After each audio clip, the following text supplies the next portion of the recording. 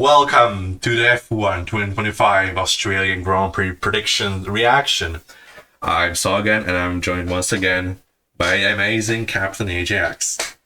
Hello! Oh my gosh, what a Grand Prix we get to talk about! The first of the season, and it's already probably one of the best in the last 4 years, I would say. Yeah, correct. Definitely one of the best season openers that we've had in a while, especially after that Red Bull dominance. I would say pretty much 2021 was alright, but after that, those first races weren't that exciting with Max winning. But here we are with a new championship leader after this Grand Prix for the first time in like over 1,000 days. That's a long time. Oh my gosh, I haven't thought about that. Yeah, that's crazy. Yeah, Lando broke the record last weekend, and yeah, it looks like McLaren do have a very good chance, a very good car this year. Should be at least more interesting than the Red Bull domination for the fifth year in a row. Hopefully. But honestly, I was expecting it to be much closer. Also, I was predicting to McLaren being very quick, but I kind of hoped that I would be wrong. I think I explained that in my predictions. Unfortunately, Yes. Unfortunately for my predictions, but unfortunately for the excitement, it wasn't very close. They're very quick. They have a sizable lead and pace over the rest. The chasing two teams, Mercedes and Red Bull, because Ferrari haven't really been nowhere. They didn't look like a top team in this entire. Not this weekend, at this least. entire weekend, yeah, pretty much. All right, we should get straight into them. The predictions, how we did. Let's get to the biggest surprise, the big surprise of the weekend. Gasly top 5 in the Grand Prix. I don't think that happened. Maybe you have better information. He's doing pretty well. And then yeah. he slipped up in the last few laps, but never top 5 material, sadly. Yep. Fortunately for Gasly, the Alpine didn't carry that much speed from the last few races of last year, but this still looks like a decent car. He got into Q3. Doohan actually looked pretty decent. He looked pretty close to Gasly in qualifying. Yeah. Unfortunately for him, he was knocked out in Q2 because of a certain spinning Lewis Hamilton, already enhancing and embracing the Ferrari energy, having to spin his first qualifying session. To be fair to him, that car didn't look very good this weekend, compared to testing at least. Yes, definitely. He couldn't turn really well, and when he turned in the oversteer as well, Leclerc as well had some issues with the car. This wasn't a good Ferrari weekend overall. This is no points. We will have it red as usual. Actually, no, we will not have it red because it's already colored. My bad. You get 0 points from that, and the rookie will out-qualify their teammate. My prediction, I think is correct, because Gabriel Bortoleto, probably the least expected rookie to out-qualify their teammate, actually did it in his first try. Is that least expected? I don't know. He was the Formula 2 champion, you know. I'm not counting Lawson obviously into this. No, of course no. Lawson was never going to. But I don't think. I think Bortoleto should be one of the most expected to beat his teammate. True. That's also my opinion, but the vast majority of people actually kind of underrated Bortoleto. Yes, I do agree with that. I think makes his prediction even more special for me, because I predicted Bortoleto to be very quick this year, very close to Hulkenberg, and it's already proven to be true, at least for the first race. Obviously, it's a small sample size, but I take it. Rookie out-qualified their teammate. One of them did. Luckily for me, I get a first point of the 2025 prediction series. Congratulations. Technically, I have infinity points percentage more than you, if that makes sense. Wow. Good, right? No, you're right. Okay, no, stop. Okay. Well, what is 0, after all? What is 0? 0 is nothing, and 1 is everything. Yeah, but if zero is nothing, then how can you define zero? Well, that's what I said. It's, Anyway, let's not get into that. It's F1 after all. yeah, Overperformer. Ollie Behrman. I don't quite think that's true. Yeah, he had a rough weekend. he did. He did. That Haas is slow again. Like it looks slow. It looks scarily slow. It really does.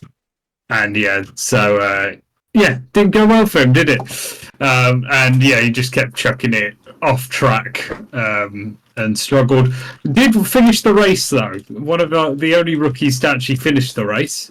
If you count him as a rookie, I know he has done 2 races before, or 3 races before. Sorry, but if you were to count him as a rookie, he would be one of the only ones to finish the race.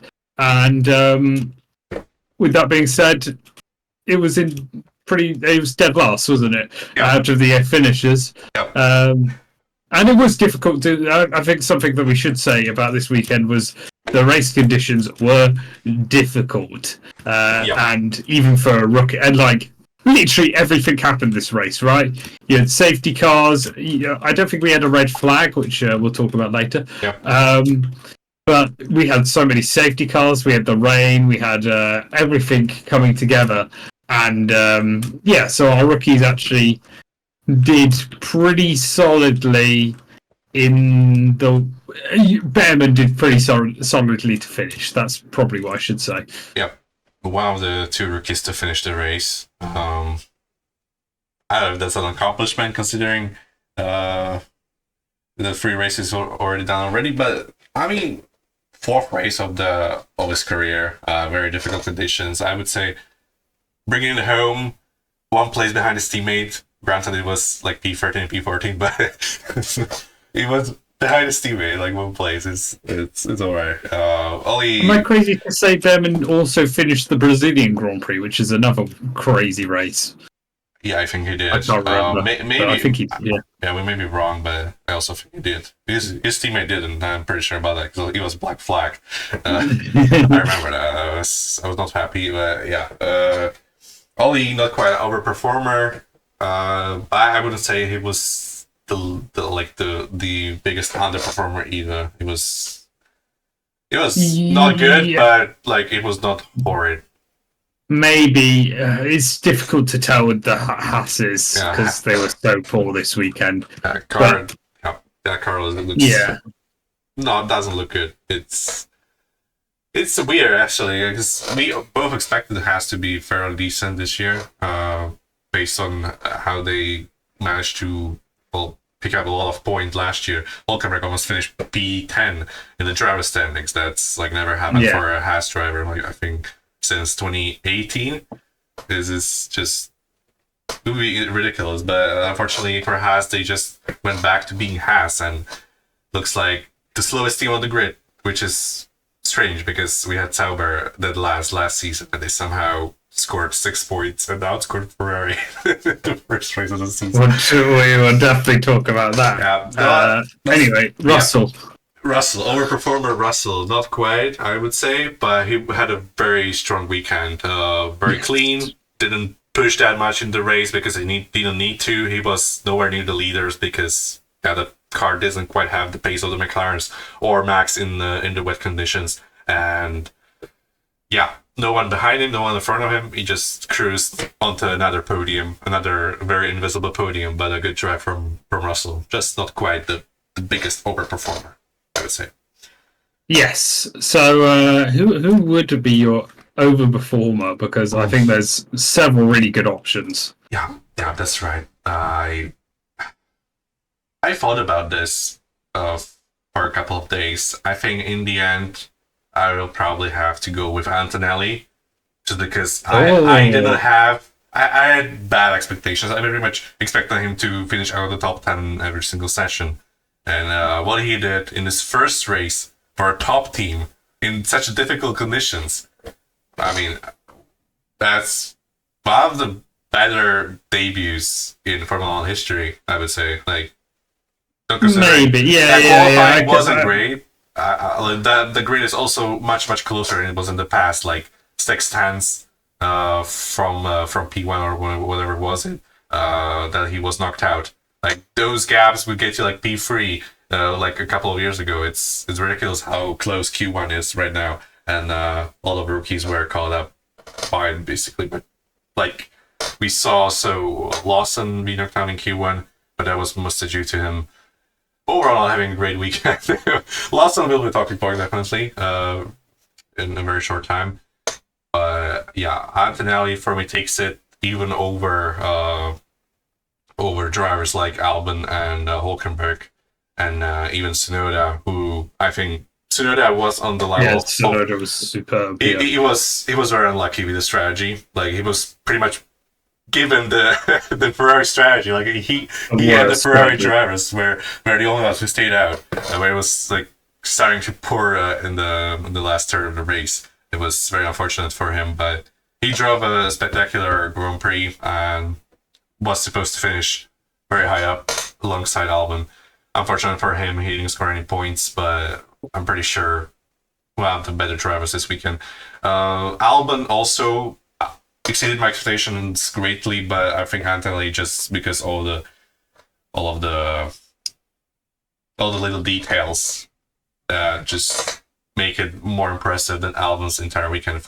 Plus a little bit. It's not like the best debut ever, but it was very impressive for an 18-year-old rookie in a top team. The pressure must have been immense, and the conditions were awful. We saw so many even experienced drivers just straight up lose it, like Alonso or Sainz. Like those one of the oldest drivers on the grid, and they just didn't quite manage the conditions. And yeah, just all very impressive.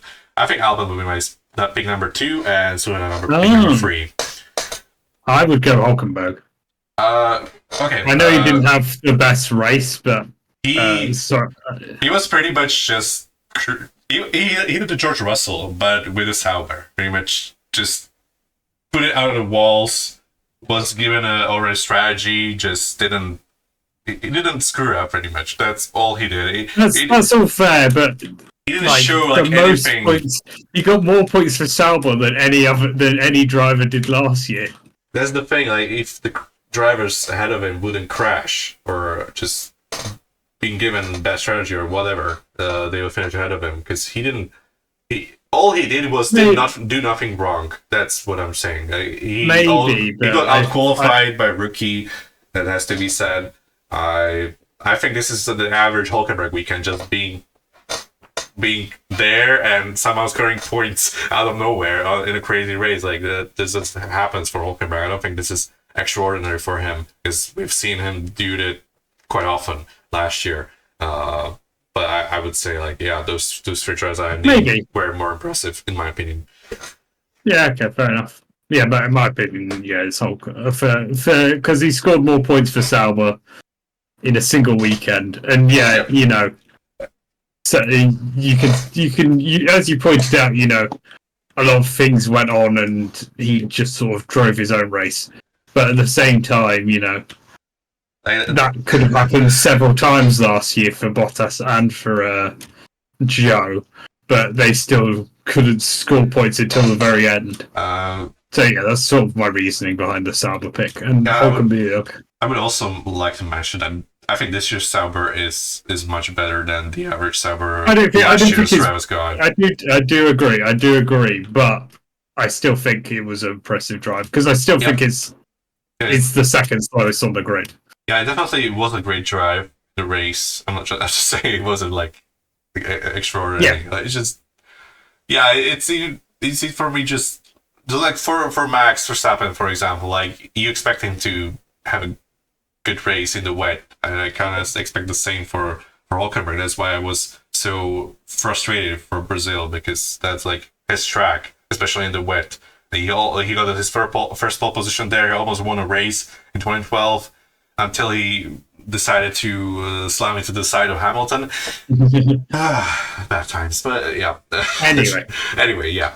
On to underperformance. Right. Thank you for stopping my yapping. All right. Alonso Underperformer.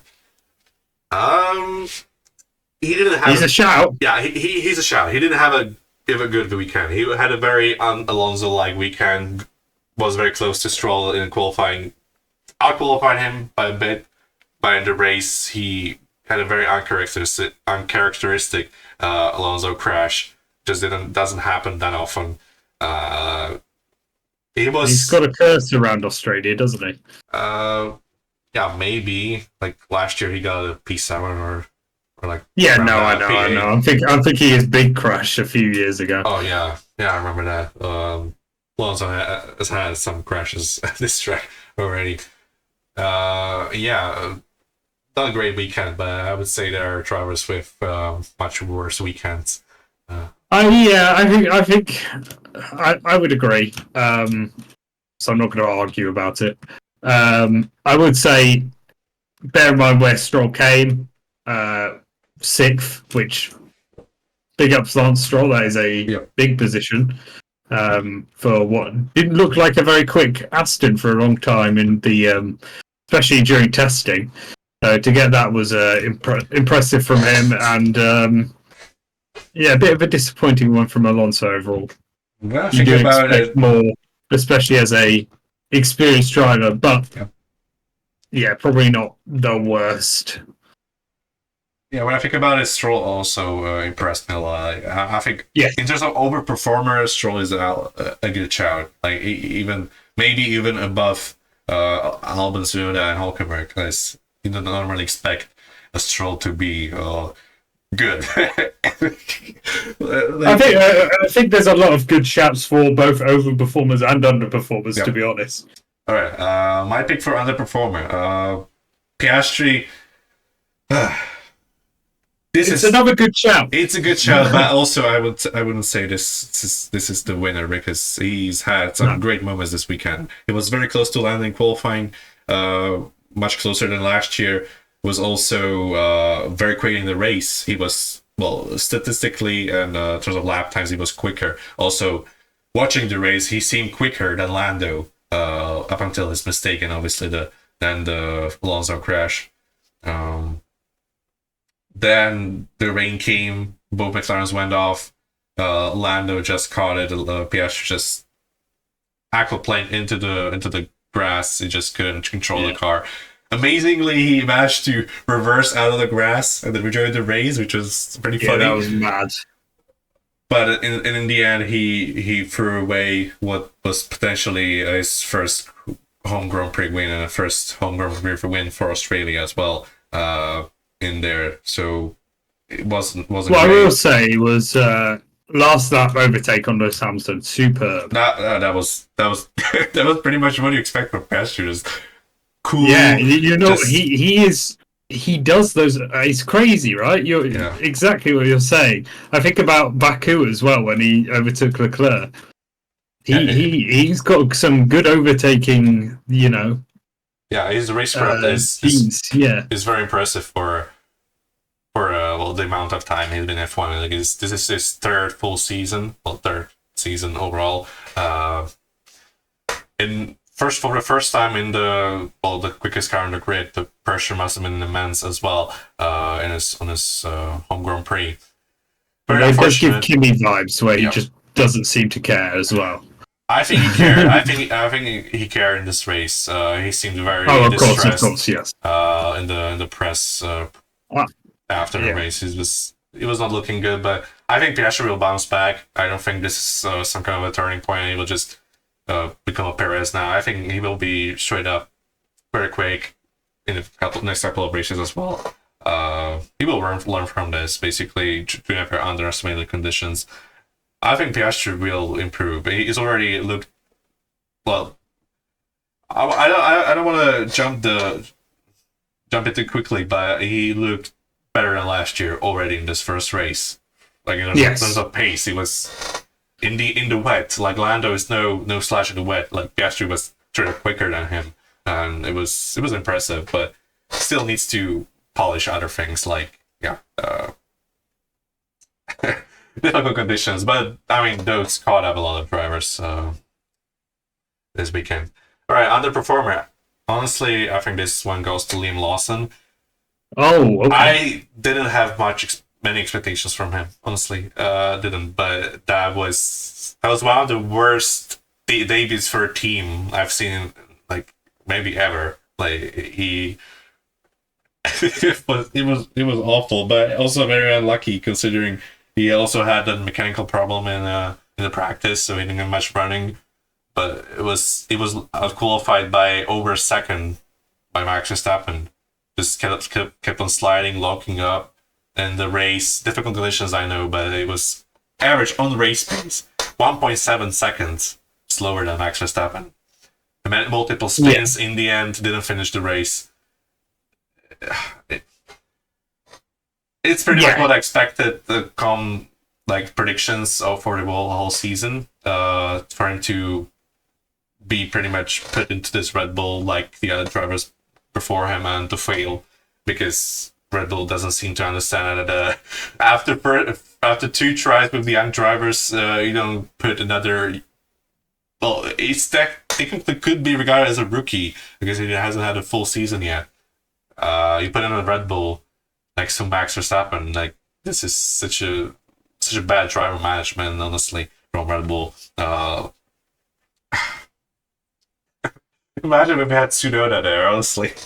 Shame, Yeah, shame. especially this weekend. Tsunoda was amazing this weekend. Like that was honestly for Yuki, it feels like the biggest letdown by these conditions are all that happened because he drove such a perfect weekend. It was just all taken from him because of the strategy and the conditions. It was sad. All right, let's get to. Well, did you mention your underperformer? I think my other shout would be, and it's a fairly strict one, so I apologise because I'm just being strict on this. Would be Isaac Hajar. Didn't make the grid. I've talked about it before. I've made fun of like Perez and Stroll for not making the grid before. This is. I mean, I know it's a mean take. I know it's a mean take. Yeah, He's it obviously is. a rookie, but I do have a lot of for him and Bortoleto. They both were the quickest drivers in F2 last season. I have a lot of expectations for them, even though they're in two of the slowest cars. Same with Behrman. I have a lot of expectations for him. He would also, again, I think, is a really good mention as a. But we already sort of discussed his race. Yeah. I just think that you gotta make the grid. You gotta make the grid. If I'm being cruel, Yeah. and I know it devastated him, and it was incredible scenes to see Anthony Hamilton, Yeah. giving in that man hug. That was epic. Yeah, that was very sweet to see. Yeah, especially his comments against Helmut Marko. I love that. Yes, same. But I did feel like I had to mention him because I've made fun of Stroll, I've made fun of Perez before. It would feel wrong not to be like, you've got to make the grid. I know it's wet conditions, but it's not a great showing, especially for his first formation lap. It's very unfortunate because those conditions. I mean, it caught a lot of drivers. It just of course. It didn't. They make it past turn 2. That's the problem. He doesn't. Oh my god! I would love to like kind of defend that entire incident, but I just cannot. Like as much as sad, and I'm very very sad for Isaac because he drove a great qualifying. He almost got into Q3 in that Racing Bulls, but I mean, yeah, this is a very very very rookie like thing, and fortunately one of the worst ones. Yeah, I think he'll bounce back in China, but yeah, not the greatest debut for him. That's for sure. All right, we don't get points anyway. Perfect team. Ferrari. We'll discuss them in tragic team. Shall we leave them for now? All right. Okay, so right. All right. Perfect team. I wouldn't even say. Would you say McLaren? I would say Mercedes or even Williams, but Williams had the Carlos Sainz crashing out. That's kind of what. Yeah, but that's not on them, is it? Yeah, it's just the same for Piastri, pretty much with McLaren. Like he didn't quite match the conditions. Yeah, that is true. That's true. Mercedes have both drivers finishing in the top four. They're currently level on points with McLaren in the constructor standings. I would say Mercedes just takes it because I would say I'm going to give Mercedes their due. I think the fact they argued against the Kimi thing probably gives it them. If Kimi was still in like fifth, then I probably wouldn't say it. I would probably give it McLaren. But the fact that they managed to get that overturned. Honestly, that happened during my sleep because like after the race, I went back to sleep for a couple of hours. Yeah, rightly so. It was very early in the morning at 5 a.m. the race start. For you, it was 4, so I assume you were sleeping through the entire race as well. It was. I literally just woken up. Sorry, I'd just gone to sleep when the race started. Oh, okay. I woke up and I heard the news. Like it was like half an hour before I woke up that Anthony got his place back because I went to sleep with Albon P4, and when it got his P4 back, Antonelli, I think that would made me give him to him in terms of the overperformer. And when you have two drivers finishing in the top 4 for the first race in such conditions, even in the strategy they were good. They were one of the better teams in terms of strategy. Just no mistakes, no bad decisions, just a very well executed race, and the pace wasn't even bad. Like you could say that the Mercedes is fighting for P2 in the constructors.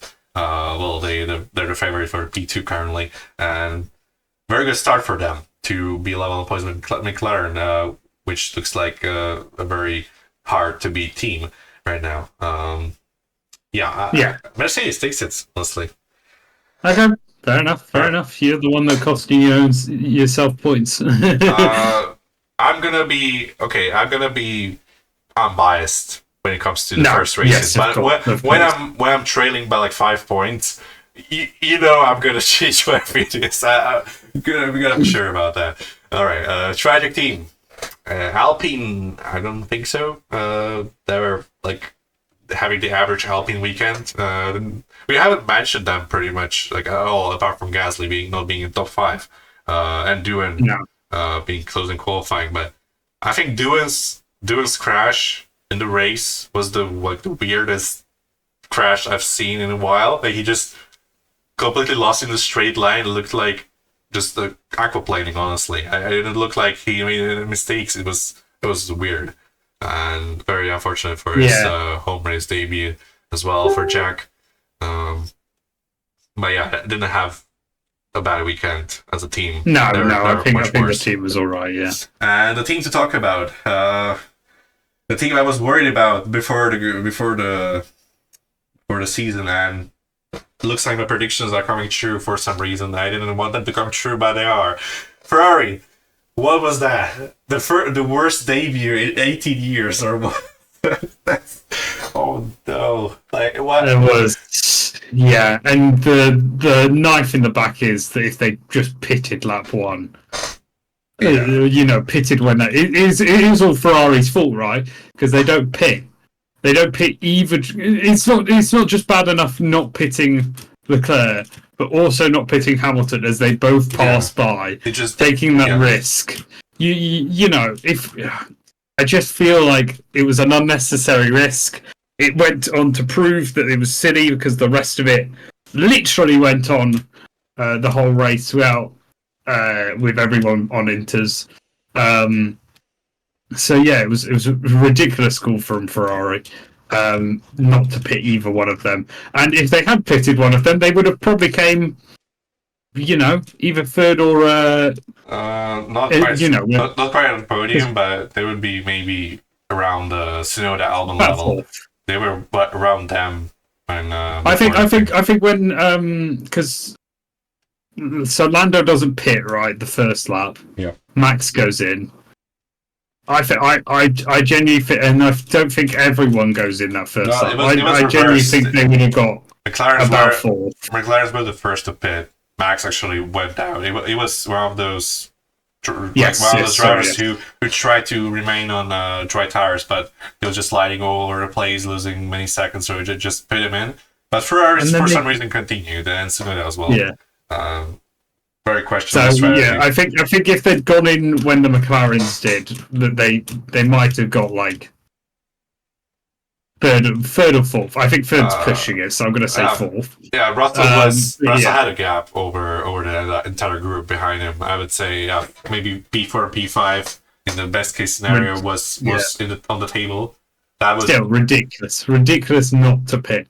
Yeah, that would give us little points as well. But unfortunately for Ferrari, they are still Ferrari, and they just my worries came true, and it doesn't feel good. Despite me probably winning the tragic team, I could screw the point. I honestly would rather see Ferrari not being this tragic in this first Grand Prix. Like they were supposed to be like the challenges on McLaren, winning both championships and whatever, the best driver lineup in the years, and it didn't look. I messaged my brother saying, "Oh, so this is how it feels to like Ferrari." Yeah. It hurts, but it's Ferrari, honestly. You know what you're going to when you're putting that Ferrari cap on. It's just masochism at this point. We'll see how it goes. We'll see how the rest of the season goes. Let's say, but yeah, first race, they are the worst team. Yeah, just awful. Like even in terms of like pure pace, they're the fourth quickest team. Sometimes even in dry qualifying, they're outqualified by Tsunoda and Albon, and in the wet they weren't like straight up quicker than them. Like Leclerc got a great start. He was only behind Albon, right? Or maybe Yuki, don't quite know. Hamilton was stuck behind Albon for like half of the race. It didn't seem to have any straight line speed. Oh my god! I mean, you still haven't mentioned the radio messages for the Ferrari drivers. Like, such a typical Ferrari weekend. There are some highlight radio messages as well. Like those will be remembered, named upon for a long time. Especially the Leclerc one. Like such a Ferrari radio message, and I feel like I don't want to talk about Ferrari anymore because it just hurts me. But I just give myself the point. Not quite happy about the point, but it's at least something from all the pain. I'm not a Ferrari fan. I'm not saying like I'm a straight up Ferrari fan. They're probably my favorite team because of the driver pairing mainly. I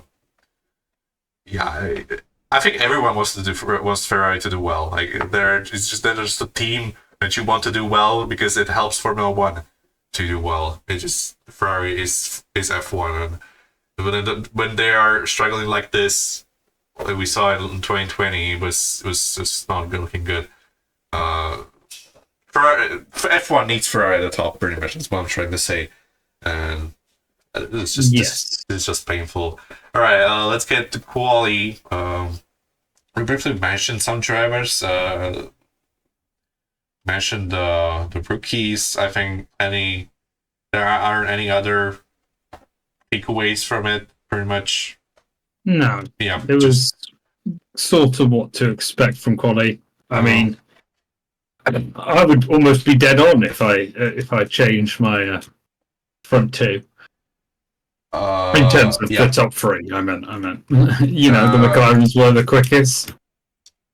Max Verstappen, despite his teammate being bad, was the third quickest, and then came the rest of the grid. I don't know, Russell was fourth. Russell was fourth, yeah. So you get a point for Max. That's the Yes, only point. single point, sadly. I get a point for Norris pole position, so we both get points. Oh yeah, you do. So 1, 2, 3. And for the Grand Prix, well, we've already went through most of the talking points in terms of the results. Again, very impressive for Albon, for Stroll and Hulkenberg to get so many points over mainly over Ferrari because they're P7 in the constructors. Like, what? Okay, I should not talk about Ferrari anymore because it's painful. All right, the points you get a win for Lando Norris. Piastri P2 not quite. Ferraris were nowhere near the top 5, and Max was on the podium. So you get 1 point. That's 2. And for my race predictions, Max P1 no, P2 Norris no, P3 Russell. That's true. So 4-2, and Ferrari's Ferrari. All right. Actual prediction 3 points. No one was correct. Red flags. We had 0 red flags despite all the chaos. Yeah, like we could have got more. I could have been close. We had a couple of safety cars. We had obviously Hajar delaying the start itself. That doesn't count though. Yeah, it was just no red flags. It was weird because we had Australia with like 3 or 4 red flags not that long ago. Just not correct this time. But his actual prediction is for 3 points, so it's meant to be bold. And P3 leading after lap 1. This was looking so good after Max overtook Piastri because I was like, yeah, Max is gonna send this somewhere down the side of Lando, and it didn't quite happen because Lando was just too quick for Max, and then he just fell off. Max's tires were dead. He was even off track at 1 point. Piastri overtook him then, and it was losing so many seconds to McLaren's.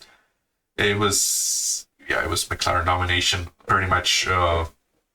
It would probably be 1-2. I'm pretty certain, and we'll probably win 1-2 in China. We'll get to the predictions later on. We're gonna see a different video. We're recording them back to back, so yeah. All right, that's the predictions for the Australian Grand Prix. It was a pretty good race and a good season opener. Just not quite some things were not quite as we hoped for, but I would say this is more. It gives us more hope than Bahrain 2024. At least my opinion, right? Yeah, definitely. I'm excited for this season. Even if McLaren dominates, it's still like 2 drivers at the front who can battle each other. We didn't have that with Red Bull domination. Because of, also, I have British bias, so obviously you like Lando at the top. I'm sure about that. And yeah, I'm a huge Piastri fan, so I would probably switch over from the expected Ferrari rivalry. Like you were supposed to root for Hamilton, I was for Leclerc. Ferrari's nowhere, so we're just switching to McLaren's then. I do think the season's not going to be that easy. I don't think it's going to end up being that easy for McLaren. But yes, for now, at least it looks like it might be. Yeah, we'll see when it comes to there's obviously this FIA directive or whatever. They just punishing the wing, yes, the wing flexing. They're reducing the tolerance from like 2 millimeters to 0.5 millimeter. Not quite what that means because I'm not aerodynamicist, but probably not quite easy for the teams to handle when it's a back-to-back weekend for a sprint race. But it goes across the ocean as well. Maybe we see some unpredictability at China, but I don't think we will. Anyways, thank you for watching our Australian Grand Prix reaction. Exciting times ahead, hopefully. We're in much better spirits than this time last year, and we're hoping for a great season. So thank you, and hopefully you'll join us for the entire season. So yeah, thank you and peace. Peace.